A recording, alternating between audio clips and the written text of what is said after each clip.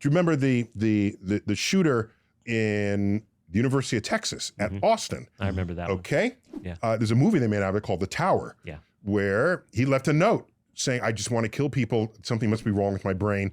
Please, when I die, Look into this. They looked, and there was a tumor putting pressure on a part of them. In fact, that's how we learn anything about how the brain works when And you have this situations like this. Person had the free will He to didn't write have the free a will. note.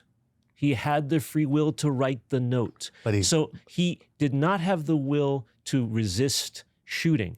But that's the line that you were talking about is a partial one. Why isn't that line always in motion as we learn more and more about how the mind It works? is.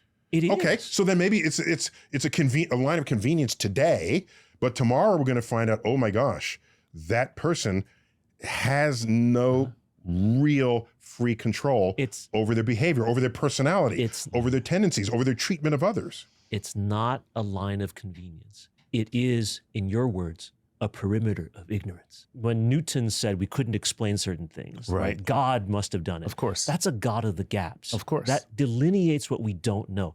The line you describe, I hope, is in fact that perimeter of ignorance which we slowly are moving toward and moving so that we do understand what the true nature of free will is. So this is where people will push back. Most people are concerned not about the actions, but the consequences. So what they're thinking about is the punitive response to someone who does something wrong.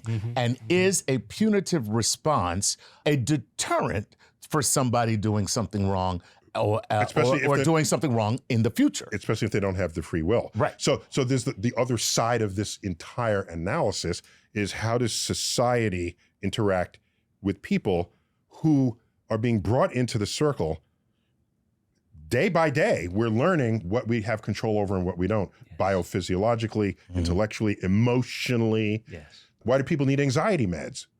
Or do they have the freedom to not Because they have be children. anxious? That is why. That is why I'm telling you, I'm taking them every day, and I got 3 reasons that I take them every day. Some kids need them because they have parents. No! I'm just saying. Very nice. Very nice.